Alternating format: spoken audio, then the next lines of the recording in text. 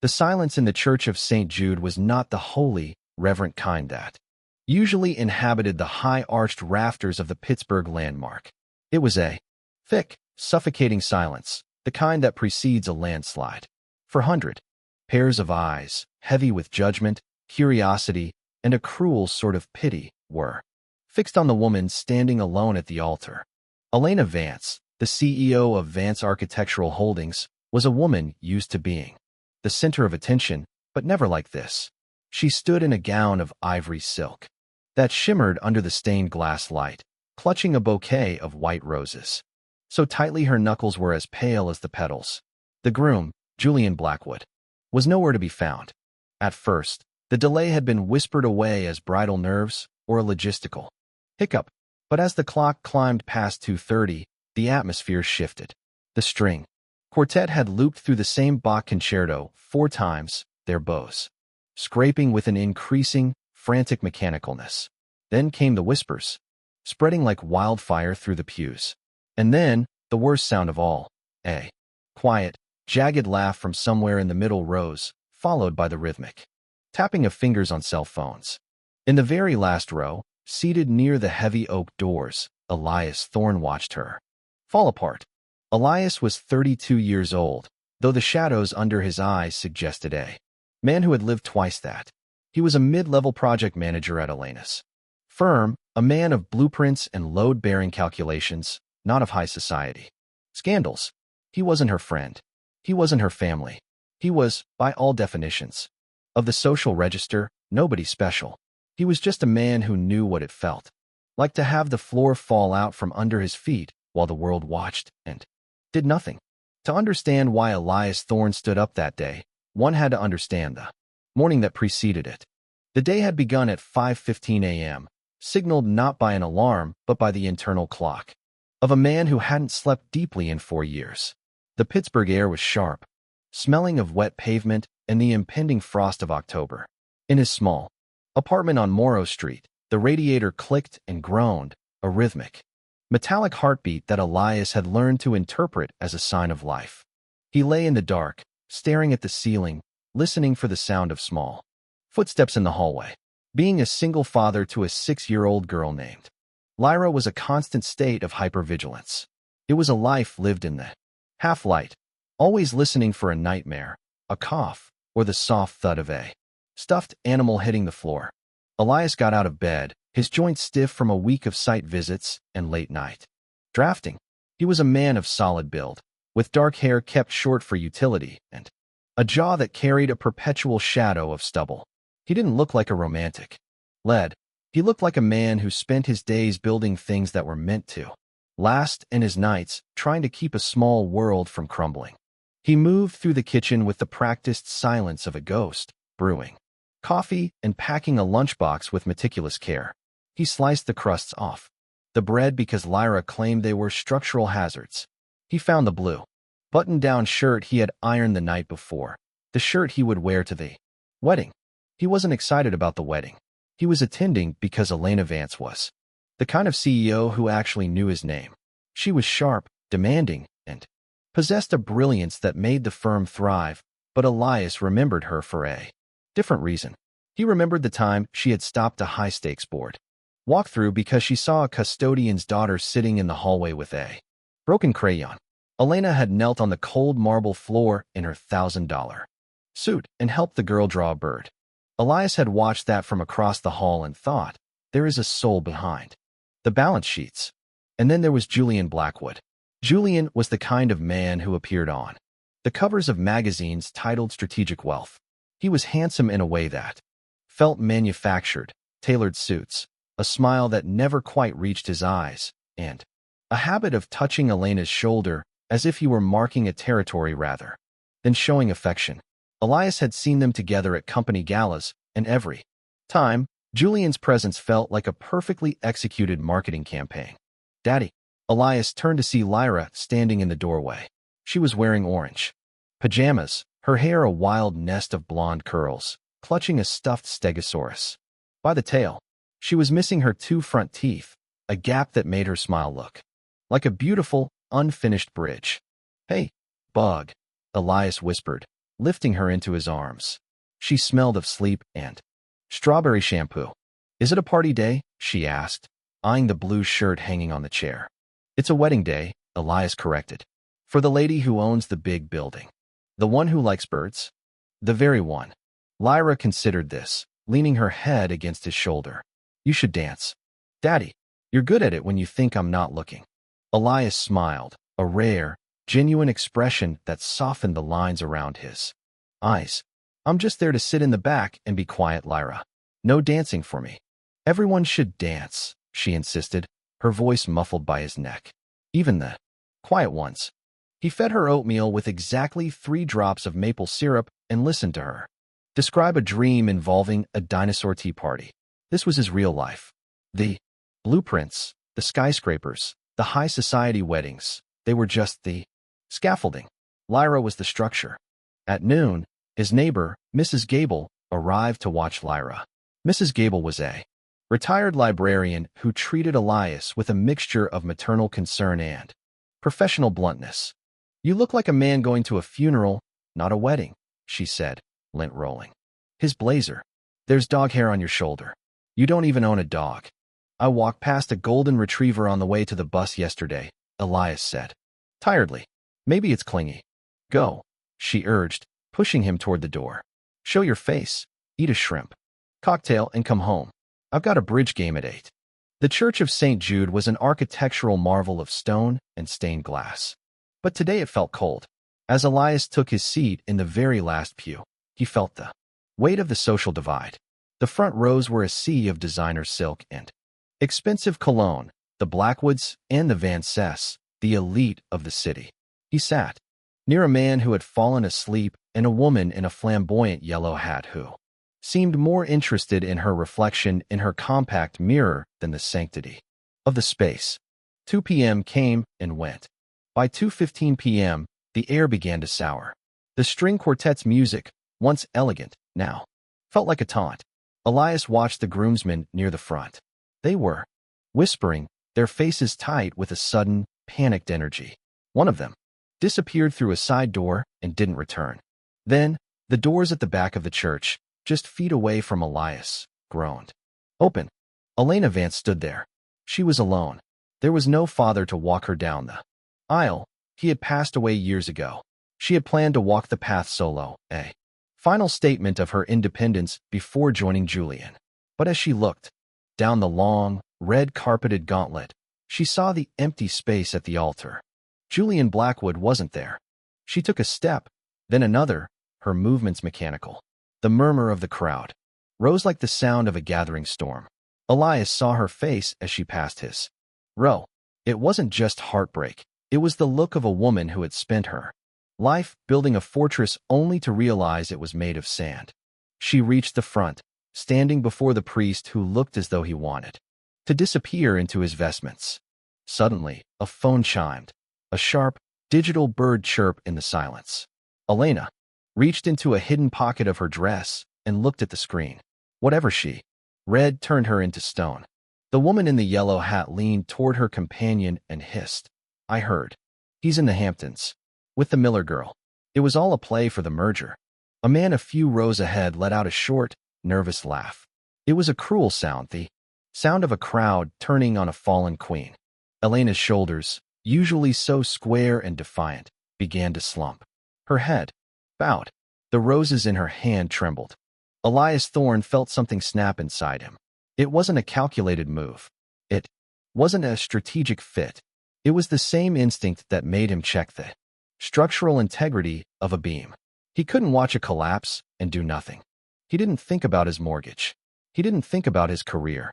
He didn't think about the 399 people who were about to witness his social suicide. Elias Thorne stood up. The wooden pew creaked. The woman in the yellow hat gasped as he stepped past her. The sleeping man jolted awake. Elias straightened his blazer, adjusted his collar, and stepped onto the red carpet. The walk felt miles long. Every eye in the church pivoted. The whispers died in people's throats, replaced by a confused, static hum. Who was this man?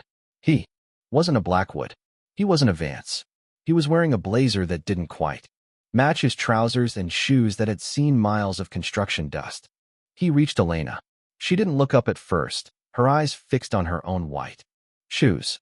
"Elena," he said softly. She blinked, her head snapping up.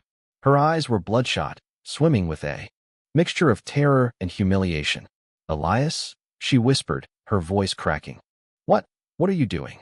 "You're standing here alone," Elias said, his voice steady, projecting to the front pews. "And the whole room is watching." "I didn't think that was right." He looked at the altar, then back at her. He didn't offer a grand speech. He didn't offer a fake romance. He offered the only thing he had, a presence. "I'm the project manager for the Bridge Street site," he said, a small, private smile touching his lips. "I know a thing or two about standing firm when things get shaky." Elena stared at him. For a moment, the world seemed to hold its breath. She looked at his calloused hands, then at the kindness in his eyes, a kindness that didn't ask for anything in return. She took a breath, the first real breath she had taken in 20 minutes. She squared her shoulders. The roses stopped trembling. "Don't let go of my arm," she whispered, so quietly that only he could hear. Elias offered his elbow. Not a chance. They turned together to face the priest, and in that moment, the man from the back row changed the trajectory of both their lives forever. What happened next would make national headlines, but for Elias Thorne, it was simple. He just couldn't watch the bird fall and not reach out his hand. The walk back down the aisle was a blur of ivory silk and the rhythmic thud of Elias's work shoes against the plush crimson carpet. Elena's hand was a vice. Around his arm, her fingers digging into the wool of his blazer with a strength born of pure, unadulterated survival. The air in the church of St. Jude had transformed. The suffocating silence of a moment ago had shattered into a thousand jagged pieces of hushed voices, the clicking of tongues, and the sporadic, defiant bursts of applause that began in the back and rolled forward. Like a hesitant tide, they reached the vestibule, the heavy oak doors swinging shut behind them, sealing away the 400 witnesses to their improvised rebellion. For a moment, the silence here was absolute, broken only by the distant hum of Pittsburgh traffic. Elena let go of his arm. She didn't collapse. She didn't weep. She simply stood there, staring at the intricate stonework of the floor as if trying to memorize the pattern. Her breathing was shallow, the frantic rise and fall of her chest, the only sign that she was anything other than a statue carved from grief and pride. "Elena," Elias said softly, his voice echoing in the small stone chamber. She looked up. The mask was back, but it was cracked. Her eyes were hard, yet there was a tremor in her jaw that she couldn't quite master. "Why did you do it, Elias? You know what they'll say. You know what this does to your standing at the firm. You've tied your name to a disaster." "I saw a structure about to fail," Elias replied, his voice carrying the calm weight of a man who had spent his life staring down structural deficits. "In my trade, when you see a collapse coming, you don't check the social register. Before you reach for a support beam, you just act. Everything else is just noise." She studied him then, not as a project manager, but as a man. She saw the dust from a morning site visit still clinging to the welt of his shoes, the slight fray at his collar, and the steady, unblinking honesty in his gaze. "The reception is at the Montrose Club," she said, her voice regaining its boardroom steel. "The cars are waiting. If we don't show up, the narrative belongs to Julian. If we do, then we define the narrative," Elias finished. The Montrose Club was a cathedral of old money, a place of mahogany paneling, crystal chandeliers, and a level of luxury that made Elias feel as though he were walking through a museum where he wasn't allowed to touch the exhibits. The reception was a surreal tableau. The flowers, thousands of white lilies and orchids, had been arranged for a wedding that hadn't happened. The champagne was flowing, the jazz quartet was playing a lively Gershwin tune, and the guests were huddled in small, intense clusters, their eyes darting toward the entrance, like hawks sensing movement in the brush. When Elena and Elias entered, the room didn't go silent, it went vibrant. The energy shifted from pity to a sharp, predatory curiosity. Elena didn't falter. She moved through the room with Elias at her side, a ghost of a smile playing on her lips, a smile that was more of a warning than a greeting. Elias played his part. He stayed 2 steps behind her, a silent sentry. He watched the way people looked at him, the confusion, the disdain, the occasional spark of grudging respect. He met their gazes with the same neutrality he used when presenting a budget overrun to a hostile board. He wasn't there to belong. He was there to be a pillar. About an hour into the evening, Elena disappeared toward the terrace. Elias followed a few minutes later, needing the bite of the October air to clear the scent of expensive perfume and desperate gossip from his lungs. He found her leaning against the stone railing, looking out over the dark ribbon of the Allegheny River. She had changed. The ivory gown was gone, replaced by a simple, midnight blue wrap dress that Claire, her chief of staff, must have fetched from her car. Her hair was down now, falling in dark waves over her shoulders. She looked less like a CEO and more like a woman who had just survived a storm. She didn't turn when he approached. He texted me, she said, her voice barely a whisper. Elias stood beside her, his hands tucked into his pockets. Julian. He said he met someone who was a better strategic fit. Those were his words. Strategic fit. Like I was a piece of land he decided not to develop. Like our 2 years together were just a feasibility study that returned a negative result. She let out a short, jagged laugh that died in the cold air. I spent my life making sure every joint was flush, every measurement exact. I thought I had built something permanent, and he destroyed it with a business term. Some men build with shadows, Elena. Elias said, looking out at the city lights. They look for the gloss, the prestige. They don't care about the foundation as long as the facade looks good for the cameras. But a facade can't hold weight. When the wind picks up, it's the first thing to go. Elena turned to look at him, her face silhouetted against the glow of the city. And you, Elias? What do you build with? I build with what I can touch, he said. Steel, stone, truth. I don't have the luxury of strategic fits. I have a daughter who needs to know the roof won't leak in a life that doesn't allow for illusions. Lyra, Elena said, the name soft on her tongue. The girl with the stegosaurus. She's my foundation, Elias said.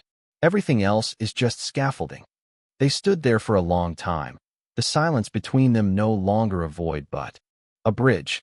For the first time since he had stood up in that back row, the absurdity of the situation faded, replaced by a strange, quiet clarity. They were two people who had spent their lives designing worlds for others, finally, standing in the wreckage of their own, looking for a way to begin again. Elias drove home at 11 p.m. The Morrow Street apartment was quiet, the only sound the familiar hiss of the radiator. Mrs. Gable was asleep on the couch, a book of crosswords resting on her chest. Elias woke her gently, thanked her, and walked her to the door. The internet is talking, Elias, she whispered, her eyes sharp behind her spectacles. I saw a video. You looked steady, like your grandfather. It was just a long day, Mrs. Gable, Elias said, tired to his bones. Steady is never just anything, boy. Get some sleep. Elias checked on Lyra. She was sprawled sideways across her bed, one arm hanging off the edge, her mouth slightly open. The stegosaurus was tucked under her chin. He adjusted her blanket, his heart performing that familiar, aching contraction he felt every time he looked at her. He had protected her from the world's harshness for 4 years. Now he wondered if he had invited that harshness into their home. He didn't sleep. He sat by the window and watched the rain begin to fall, a steady, gray curtain over Pittsburgh. By morning, the video of the altar architect had 4 million views.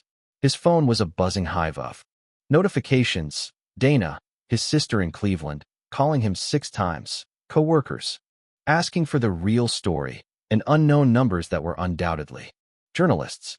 He ignored them all until a text came through at 7:30 a.m. It's Elena. I'm at a coffee shop in Lawrenceville, the one on 42nd Street with the mismatched chairs. If you're available, I'd like to talk. No pressure. No cameras. Elias arrived 20 minutes later. The shop was a narrow, dim space that smelled of roasted beans and damp wool. It was the kind of place Elena Vance shouldn't exist in, yet there she was, tucked into a corner table. She was wearing jeans and a gray wool coat, her face scrubbed clean of makeup. She looked exhausted, but her eyes were clear. "You found it," she said as he sat down. "I walk past here every Tuesday on my way to the site," Elias said. "They have the best espresso in the city and the worst furniture." Elena smiled. A real one this time, small and flickering. "I needed somewhere that didn't feel like it was being managed. No PR teams, no board members, just the street." She pushed a cup of black coffee toward him. "Preston released a statement this morning. Julian, I mean. He said it was a painful personal decision and asked for privacy. He didn't mention the strategic fit. He didn't mention the woman. He's currently within the Caymans." "Facades," Elias said, taking a sip of the coffee. "Facades," she agreed. She leaned forward, her hands wrapped around her own mug. "Elias, I need to ask you something, and I need you to answer me as a man, not as my employee." "I haven't felt like an employee since 2:40 yesterday afternoon," he said. "Do you want to know me? Or do you want to be the hero of a story the internet invented?" Elias didn't hesitate. "I don't care about the story. I stopped reading the comments at 6 a.m. I'm here because you asked me to stay until the end of the ceremony, and I don't leave a job half-finished." Elena looked at him for a long beat, then nodded. "I have a board meeting at noon. They're going to want my resignation. They'll say my judgment is compromised because of Julian, because of the scandal at the altar." "Then show them the blueprints," Elias said. "The firm's revenue is up 15% this year. The Bridge Street project is ahead of schedule. Your judgment on the things that actually hold weight is flawless. If they can't see the difference between a bad partner and a bad CEO, then they're the ones with the structural flaw." Elena exhaled, a long, shaky breath. "You're very good at this, Elias. The architecture of logic. It's the only thing that doesn't collapse under pressure," he said.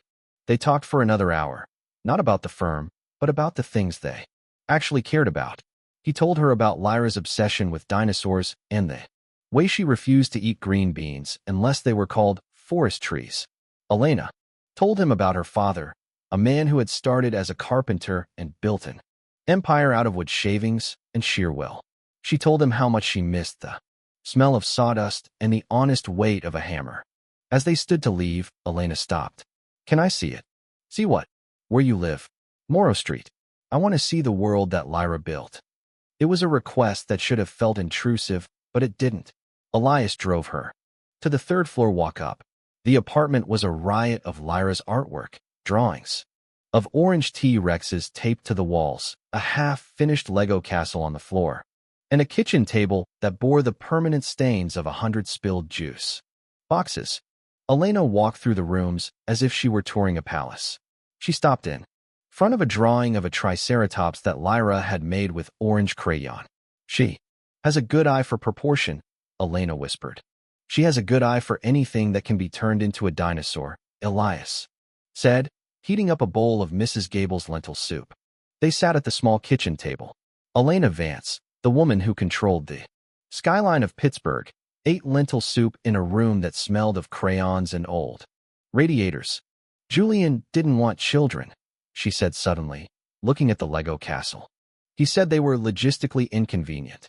I convinced myself I agreed with him. I told myself that the buildings were my children, that the firm was my legacy." "Buildings don't hug you back," Elias said quietly. "No," she said, her eyes welling up for the first time. "They don't." They sat in the quiet of the afternoon, the rain tapping against the glass.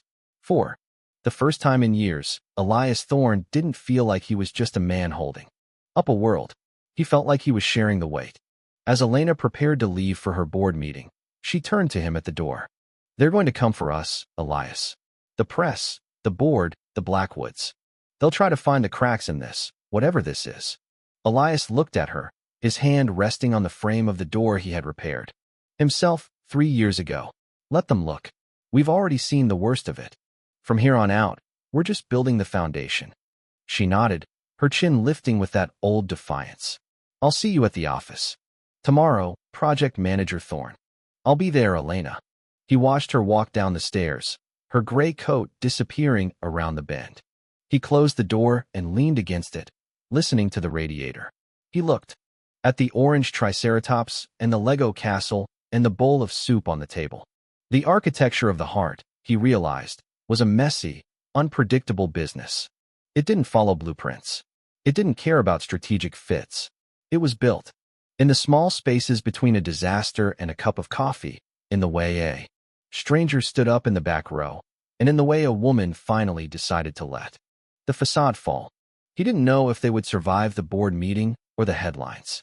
But as he went to pick up Lyra from school, he felt a strange, solid sense of peace. The foundation was laid.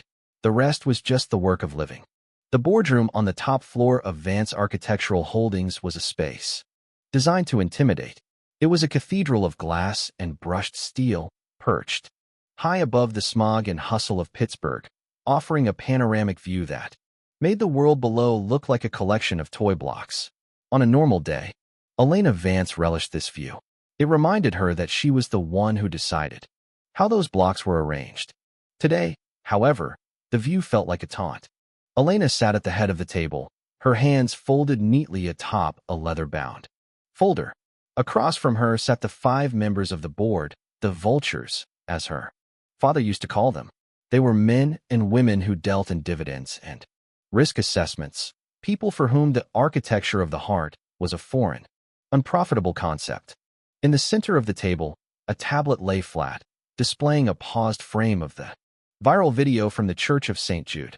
The image was grainy but unmistakable. Elias Thorne, a mid-level employee in a slightly mismatched blazer, offering his arm to the most powerful woman in the city. The optics, Elena, began Marcus Sterling, the oldest member of the board and a man whose soul seemed to have been replaced by a ledger long ago. The optics are catastrophic. We are in the middle of negotiating the North Shore redevelopment. We are courting investors who value stability, tradition, and, above all, predictability. Being left at the altar is a tragedy. Turning it into a performance with a project manager is a circus. Elena didn't blink. She remembered Elias's voice in the coffee shop. If they can't see the difference between a bad partner and a bad CEO, then they're the ones with the structural flaw. It wasn't a performance, Marcus, Elena said, her voice like a sharpened blade. It was a moment of human decency, something Julian Blackwood clearly lacked. If you want to discuss predictability, let's talk about Julian. His departure wasn't a personal whim, it was a strategic exit. He didn't just leave a wedding. He attempted to devalue this firm's stock by creating a vacuum of leadership. He wanted me broken so he could swoop in with a hostile takeover bid through Blackwood Industries. That is the strategic fit he was looking for. A ripple of unease went through the board. This was the Elena they feared, the one who saw the hidden support beams of every maneuver. And project manager Thorne? Asked Evelyn Reed, a woman who specialized in corporate reputation. How does he fit into the blueprints? The public sees a romance. The employees see a breach of protocol. It looks messy. Elias Thorne is a man who saw a structural collapse and acted, Elena replied. He didn't ask for a promotion. He didn't ask for a bonus. He did what no one else in that church had the courage to do. He stood firm. If you're looking for the kind of character we want representing Vance Holdings, you'll find it in the man who walked down that aisle, not the one who ran away from it. She slid a document across the table. This is the quarterly revenue report. We are up 15%. The Bridge Street project, led by Mr. Thorne's department, is 3 weeks ahead of schedule and 2% under budget. If you want to fire the man who saved your CEO's dignity and is currently saving your profit margins, go ahead. But you'll have to explain to the shareholders why you're prioritizing optics over a record-breaking fiscal year.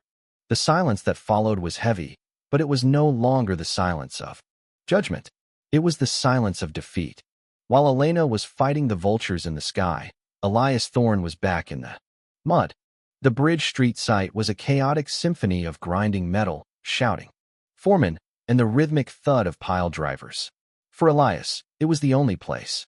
That made sense. Steel didn't care about viral videos. Concrete didn't gossip. He stood on a temporary catwalk, orange safety vest over his blue shirt.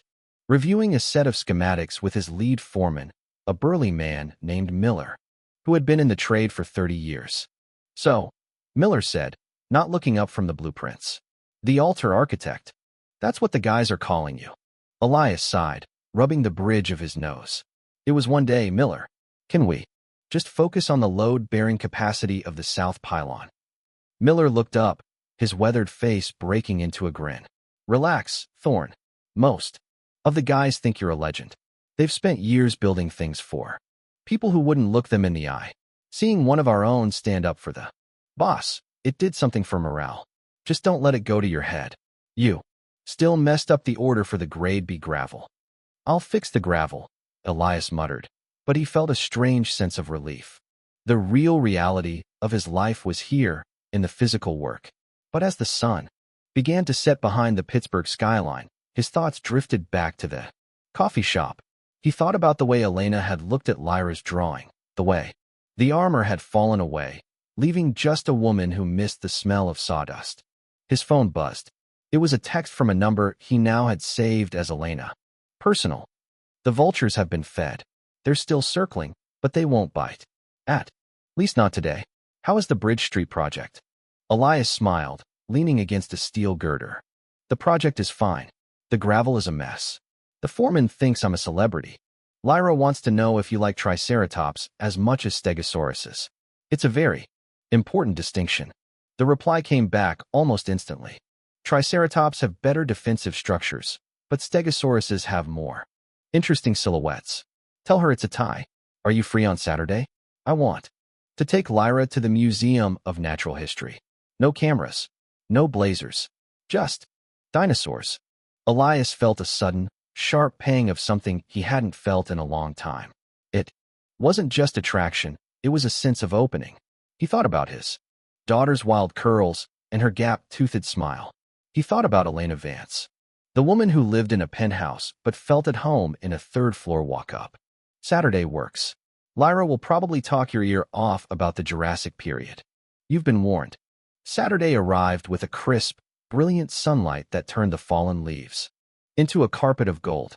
The Museum of Natural History was a cavernous hall of stone and echoes, the kind of place that made humans feel small and history feel vast. Elena was waiting by the entrance, wearing a dark green sweater and jeans, her hair pulled back in a casual ponytail. To the passing families, she looked like just another mother or aunt. But when she saw Elias and Lyra approaching, her face transformed. The CEO disappeared, replaced by the woman who knelt on marble floors to draw birds. "You must be Lyra," Elena said, crouching down to be at eye level with the girl. Lyra, who was usually shy around strangers, stared at Elena with wide, unblinking eyes. She was clutching her stegosaurus so hard its stuffing was bulging. "You're the lady from the church," Lyra said solemnly. "The one who likes birds." "I am," Elena said, "and I hear you're the expert on dinosaurs." Lyra's face lit up like a flare. "I know everything. Did you know that the T-Rex had tiny arms because it didn't need them for hugging? It only needed them for balance." Elena laughed, a warm, clear sound that echoed in the lobby. "I didn't know that. You'll have to teach me." For the next 3 hours, Elias watched a version of reality he never could have designed.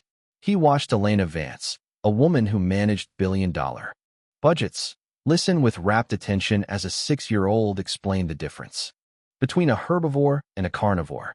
He watched them walk hand in hand past the towering skeleton of a Diplodocus. At one point, they sat on a bench in the Hall of Gems. Lyra was occupied with a display of glowing quartz, leaving Elias and Elena in a pocket of quiet. "She's extraordinary, Elias," Elena whispered, watching Lyra. "You've built a beautiful life for her." "It's a small life," Elias said, "but it's solid." "Solid is better than grand," Elena said, her gaze drifting to the displays. "I spent my life aiming for grand. I thought that if the buildings were tall enough, they would protect me from feeling empty. But grand is exhausting. Solid is where you can actually rest." She turned to him, her expression vulnerable. "Julian, he never wanted to go to museums. He wanted to go to galas. He wanted me to be a strategic fit for his brand. He didn't want to know the woman who liked sawdust. He wanted the CEO, in the ivory silk.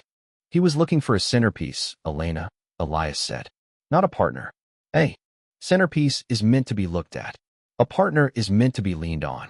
Elena reached out, her fingers grazing his hand on the bench. It was a light touch, but it felt more significant than 1,000 handshakes in a boardroom. Thank you for the museum, Elias. And for the soup. And for everything. You don't have to thank me, he said. I'm just a man who knows a good structure when he sees one. The peace of the afternoon was shattered by the ringing of Elena's phone. She checked the screen, and the CEO mask immediately snapped back into place. It's Claire, she said, her voice tight. Julian has made his move. The strategic fit had finally revealed its teeth. An hour later, they were back at Elias's apartment. Lyra was in her room, blissfully unaware of the corporate storm, while Elias and Elena sat at the kitchen table, a legal document spread between them. Julian Blackwood hadn't just left the wedding. He had been quietly buying up Vance architectural debt through a series of shell companies. Now he was suing for breach of strategic intent. He was claiming that the failed merger had cost his investors billions, and he was demanding an immediate audit of Vance Holdings, an audit that would freeze their assets and halt the Bridge Street project. 2 hours early, she said without preamble. If we pour the north pylon now, we gain a full day on the superstructure. Elias looked at the massive concrete mixers lining up like a column of tanks. He looked at the men who had been working 12-hour shifts for 2 weeks straight.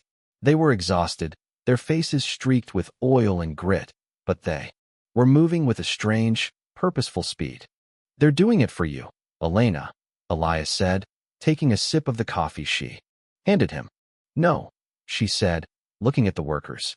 They're doing it because for the first time in a decade, someone told them that what they build matters more than what the board says. But the weight of it, Elias. I can feel it. If one pylon fails, if one beam slips, because we're rushing. We aren't rushing, Elias corrected, his voice grounding her. We're accelerating. There's a difference. We're trimming the fat, not the bone. I've checked the specs 3 times. The structural integrity is absolute. She looked at him, and for a moment, the CEO disappeared. She was just a woman, standing in the mud, leaning on the only man who hadn't asked her for a strategic fit. Julian's lawyers filed for an injunction yesterday, she whispered. They're trying to stop the pour. They claim we're violating safety protocols by working through the night. Let them file, Elias said. By the time the judge reads the motion, the concrete will be set. You can't enjoin a solid block of stone, Elena. That's the beauty of building things that are real. Once they exist, they don't care about legal intent. The midpoint of the 30-day sprint brought a different kind of pressure. It was the pressure of the quiet. Julian Blackwood had gone silent. No more texts. No more public statements. Just a series of surgical legal strikes that were being parried by Claire and the Vance legal team. But the silence felt like a cantilever under too much tension. It was waiting for a snap. The snap came on a Tuesday night. Elias was leaving the site late, his Jeep the last car in the muddy lot, when a black sedan pulled up, blocking his exit. The back window rolled down, revealing the manicured, handsome face of Julian Blackwood. Mr. Thorne, Julian said, his voice smooth as silk and twice as cold. I believe we're overdue for a conversation that doesn't involve an aisle. Elias stayed in his Jeep, his hands gripping the steering wheel. I'm tired, Julian, and I have grade B gravel to order. Whatever you have to say it to Elena's lawyers.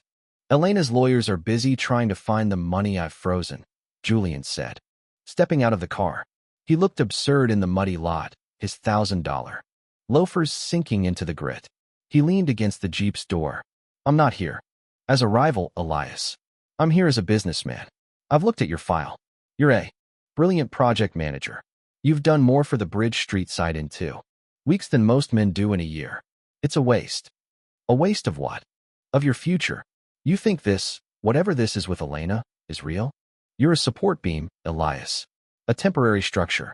Once the crisis is over, she'll realize that a project manager doesn't fit in a penthouse. She'll return to the world of strategic fits because she has to. And where will that leave you? Unemployed and blacklisted by every Blackwood-affiliated firm in the country. Julian reached into his coat and pulled out a check.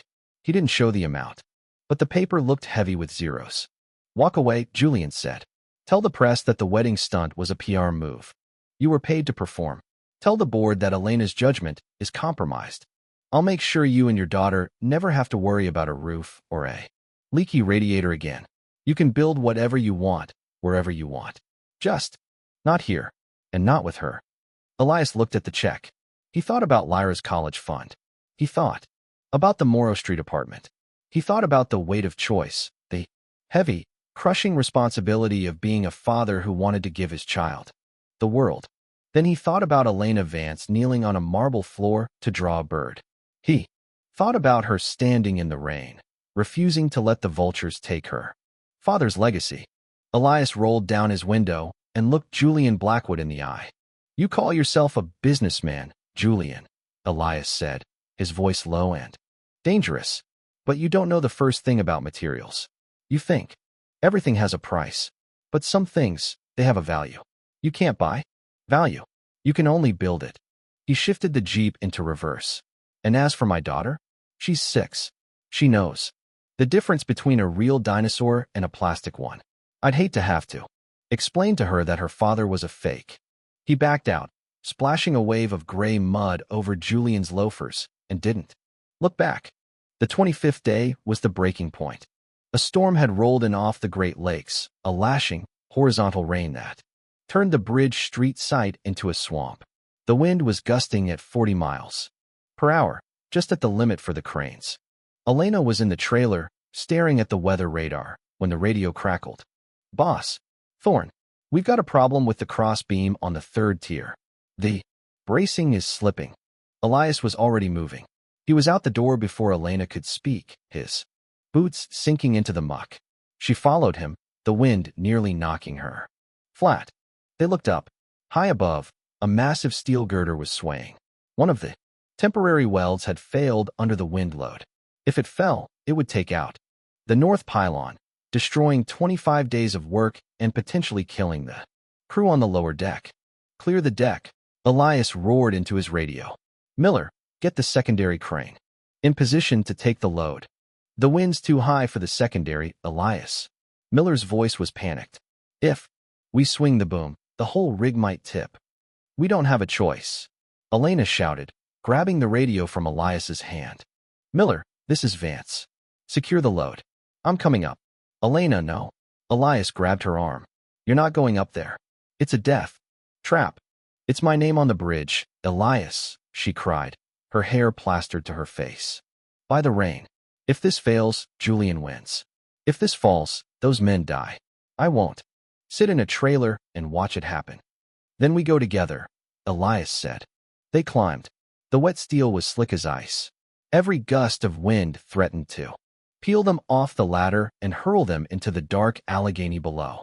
They reached the 3rd tier, their breath coming in ragged gasps. The crossbeam was groaning, a deep, metallic scream of protesting molecules. Elias grabbed a heavy-duty ratchet strap, looping it around the primary pylon.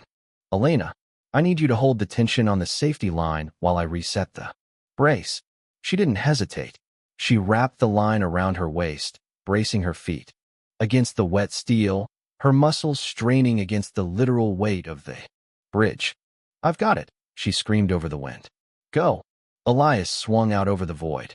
For a heartbeat, there was nothing but the rain, and the dark and the terrifying strength of the woman holding the line. He reached the brace, hammering the locking pin into place with a frantic, desperate precision. The groaning stopped. The beam settled. They stayed there for a long time, huddled together on the high steel, the rain washing the salt and sweat from their faces. Elena was shaking, not from the cold, but from the realization of how close they had come to the end. Elias pulled her against him, his arms a cage of warmth and safety.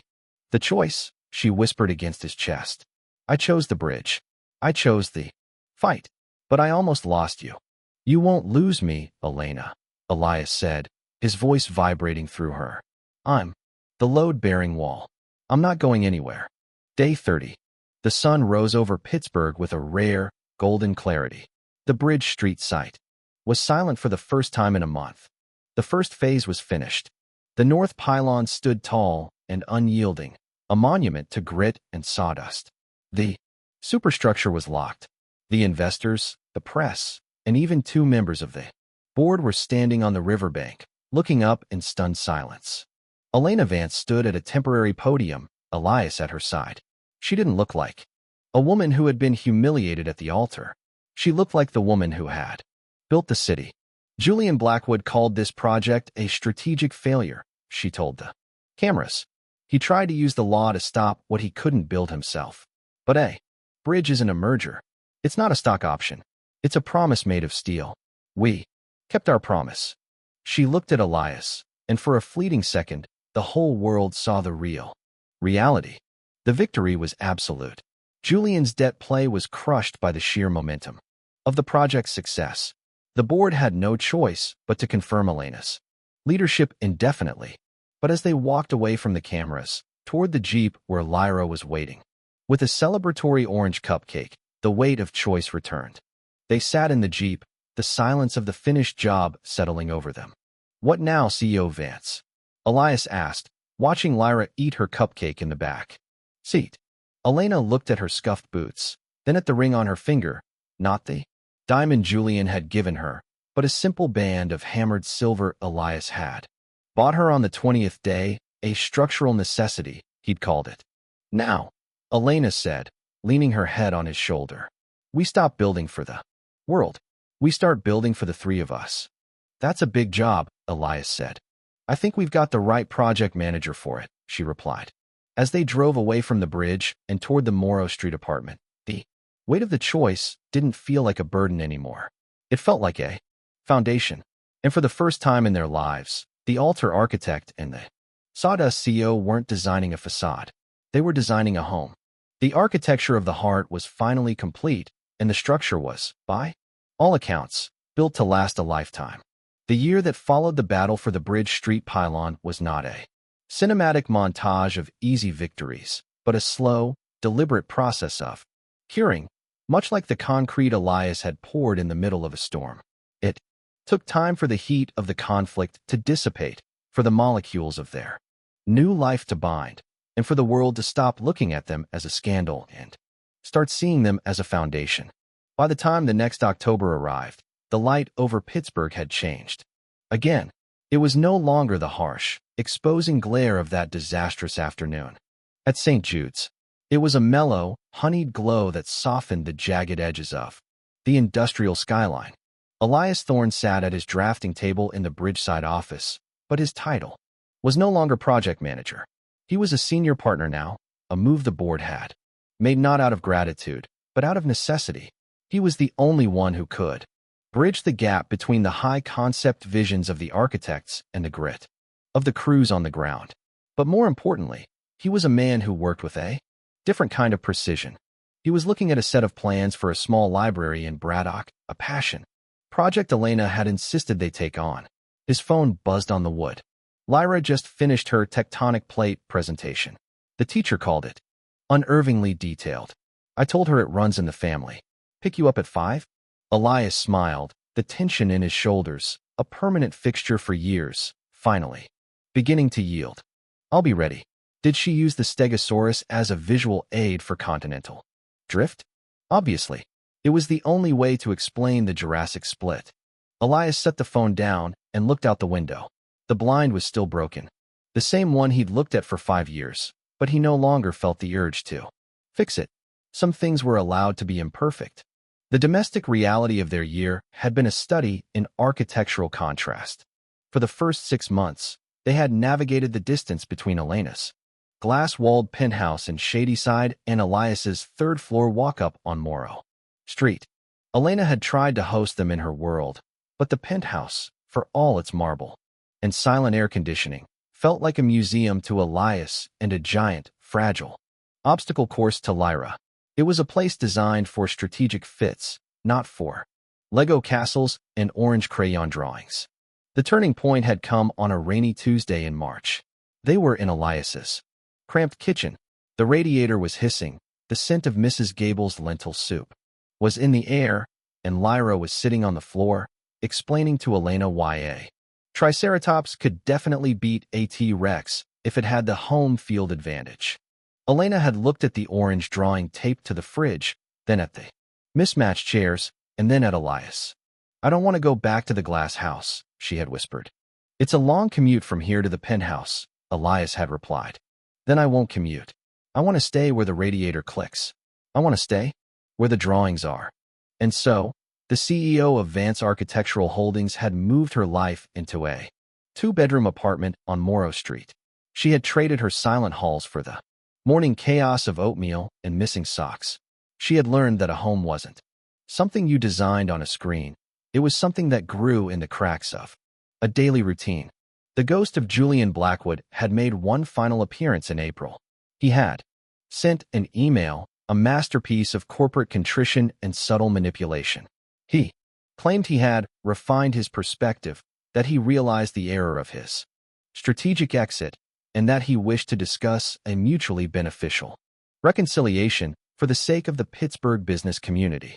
Elena had read the email at the kitchen table while Elias was drying the dishes. "What does it make you feel?" Elias had asked, leaning against the counter. Elena had looked at her hands that were now familiar with the weight of a hammer and the grit of a construction site. "It feels like a bill for a life. I've already canceled," she said. "He thinks I'm still the woman who needs a fit. He doesn't realize I've already built a structure." She had typed a 2-word reply and hit send. "We are." "That's it?" Elias asked. "Just we are?" He said he hoped I was happy. "I'm just confirming the reality. He doesn't deserve the blueprints to how he got here." Julian Blackwood had left Pittsburgh for London a week later, a strategic relocation that the business journals praised as a bold move. To Elena and Elias, he was simply a shadow that had finally been chased away by the sun. The proposal hadn't happened on a rooftop or during a gala. It happened in May, at Cora's Filipino restaurant in Bloomfield. It was a Tuesday, their reality night. They were sitting at the small table in the back, the one near the window that caught the afternoon light. Lyra was at Mrs. Gable's, and the air between them was quiet and full. "Elias," Elena said, setting her fork down. She looked at him with that direct, unblinking gaze that had once intimidated him and now felt like home. "I've spent my life following scripts. The Vance legacy, the strategic merger, the ivory silk wedding. I thought the ceremony made the life. And now I know that the life makes the ceremony. I don't want a merger. I don't want an optics win.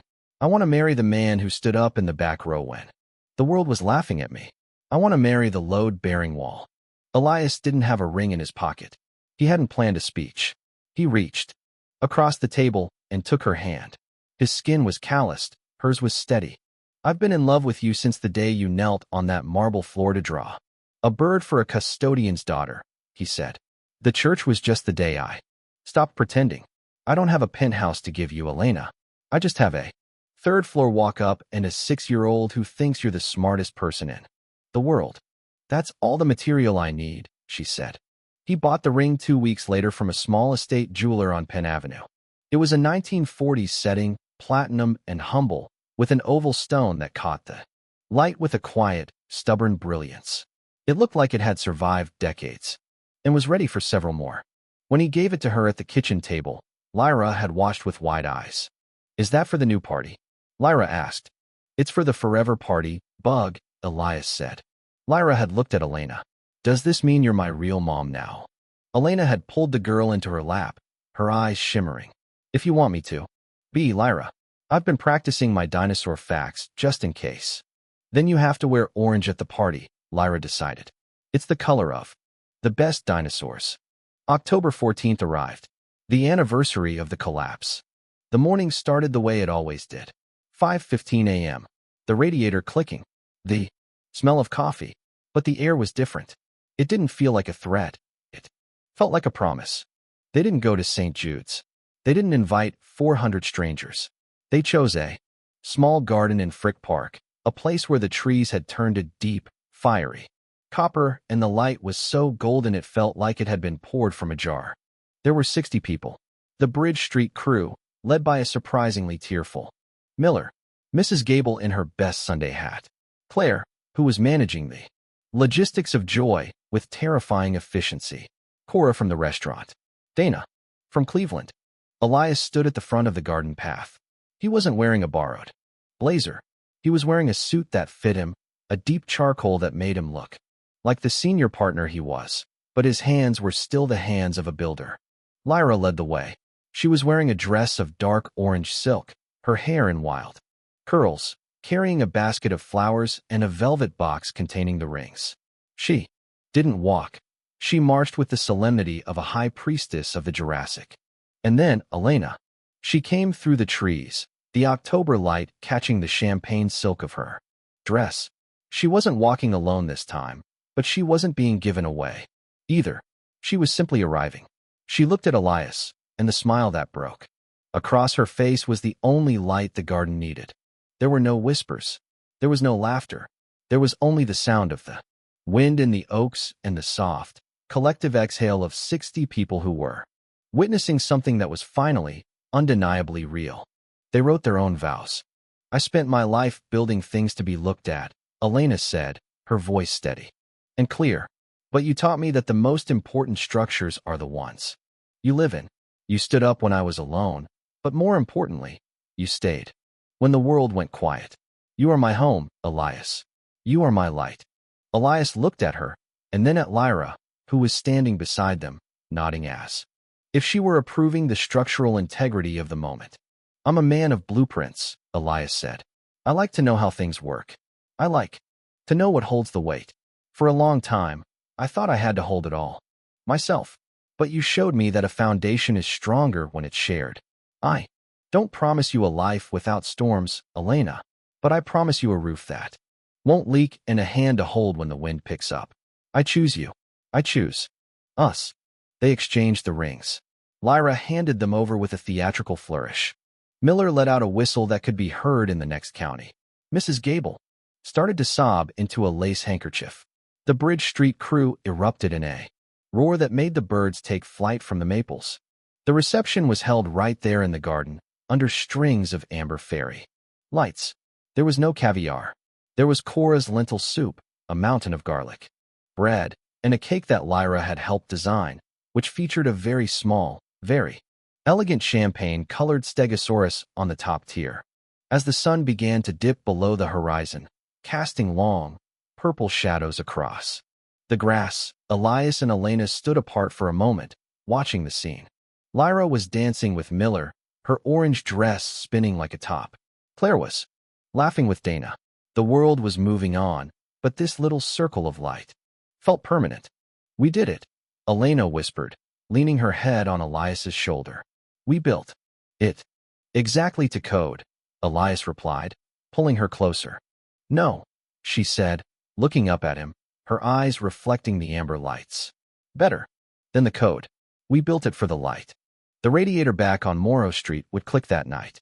The orange T-Rex would still be on the fridge. The Bridge Street project would stand for 100 years.